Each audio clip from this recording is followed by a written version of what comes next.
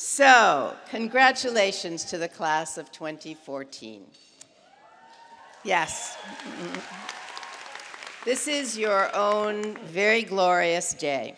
And as I look around you and into the distance of this great hall, I see the beaming faces of your families and your friends, of the members of our faculty, all of whom share in this special moment, and all of whom take great pride in your accomplishments. So I want to welcome all of you, families, friends, our faculty and administrators, FIT and SUNY trustees, and distinguished guests. I also want to offer a special welcome to Professor Bülent Öztürk, Professor Emel Under Karulu, and Professor Ömer Berkalp of Istanbul Technical University. They join us today to celebrate the 21 students who graduate as part of FIT's dual degree program with ITU. So your presence here today adds to the joy of the moment for our graduates, and I share that joy.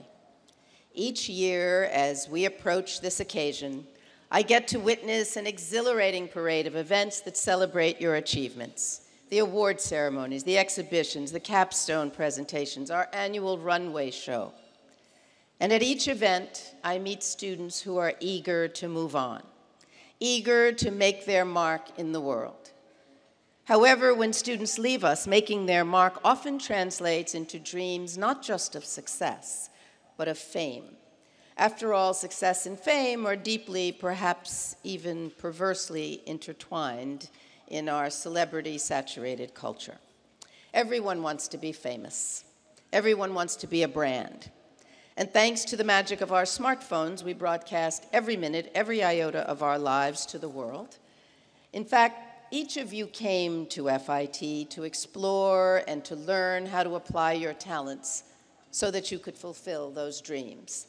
And perhaps you do hope to become brands, the bold-faced names of household goods, the names on labels and logos and letterheads. But before you go chasing that limelight and post one more picture on Instagram, I'd like to share a story with you. It's one you may be familiar with, but it is also one worth considering. As you think about tomorrow and how you choose to measure your success, it's about a photographer, and her name was Vivian Maier, who a few years ago became the latest overnight sensation.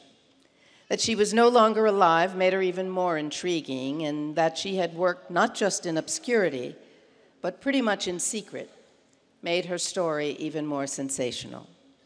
Vivian Maier was, in fact, a nanny. She worked largely in Chicago for most of her adult life. And according to those who knew her, she was a reserved, quiet, rather awkward woman, a woman with no known family or friends, a little bit of an eccentric. She died in 2009, and even to those children that she cared for and their parents, she remains today an enigma. Oh, they knew she took pictures. How could they not? She wore a Rolleiflex around her neck all the time and took photos of them incessantly. But she never shared them, and they never cared to ask. Indeed, she roamed the streets of Chicago, shooting obsessively, passionately, and printed almost none of the more than 100,000 negatives that were found after her death.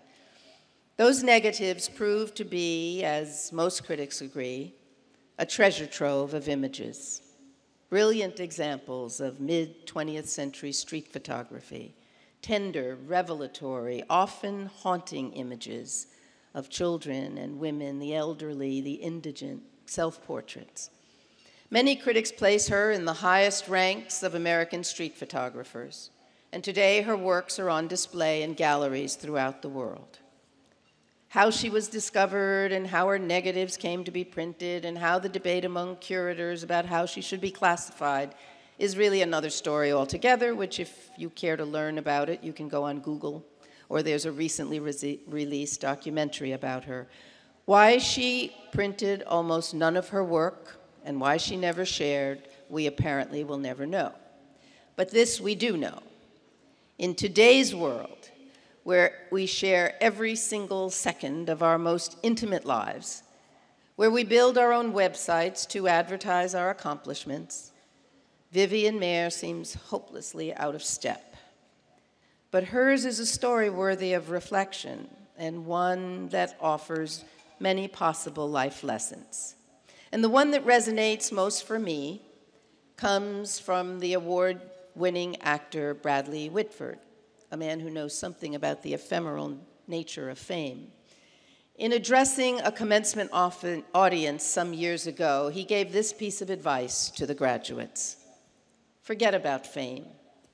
Life is too challenging for external rewards to sustain us. Fall in love with the process, and the results will follow. You've got to want to do whatever you want to do more than you want to be whatever you want to be. So I would say the same to you. You've got to want to design, to build a business, to shoot the pictures, more than you want to be a designer, a CEO, or a photographer. It's the verb, not the noun, that counts. As Mr. Whitford said, the joy is in the journey. Now, I have no idea how much joy Vivian Maier took from her journey, but it seems to me that whatever her psychological makeup, she must have derived satisfaction, perhaps solace, from her photography. It's clear from her work that she had a rich inner life, great curiosity, and, as critics point out, a powerful confidence in her own vision. And maybe for her that was enough. As you can see, fame, in my view, is a dubious goal at best. I don't want to suggest that you should strive for obscurity or squelch your ambitions, or that you should not dream the big dream.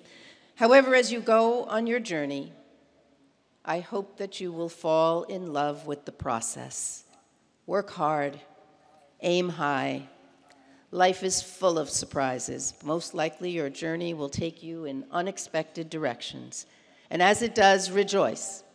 Let it test you, stretch you, galvanize your ingenuity so that you grow and discover new strengths in yourselves. So, class of 2014, in your time here with us, you have been asked to pursue your studies, master new skills, complete many difficult, deadline-oriented, exhausting projects, sometimes simultaneously, and you did.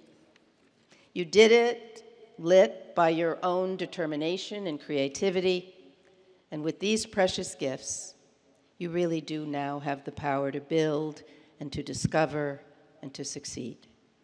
So let your talents and ambitions serve the world. Let the rewards for a job well done be a job well done. And when you finally take the measure of your success, think of Vivian Maier and let the verb, not the noun, define you.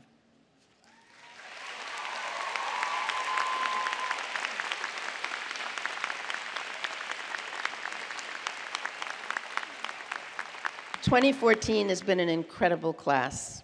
I think I'll miss every one of you, but I wish you much joy in your journey, and I wish you Godspeed."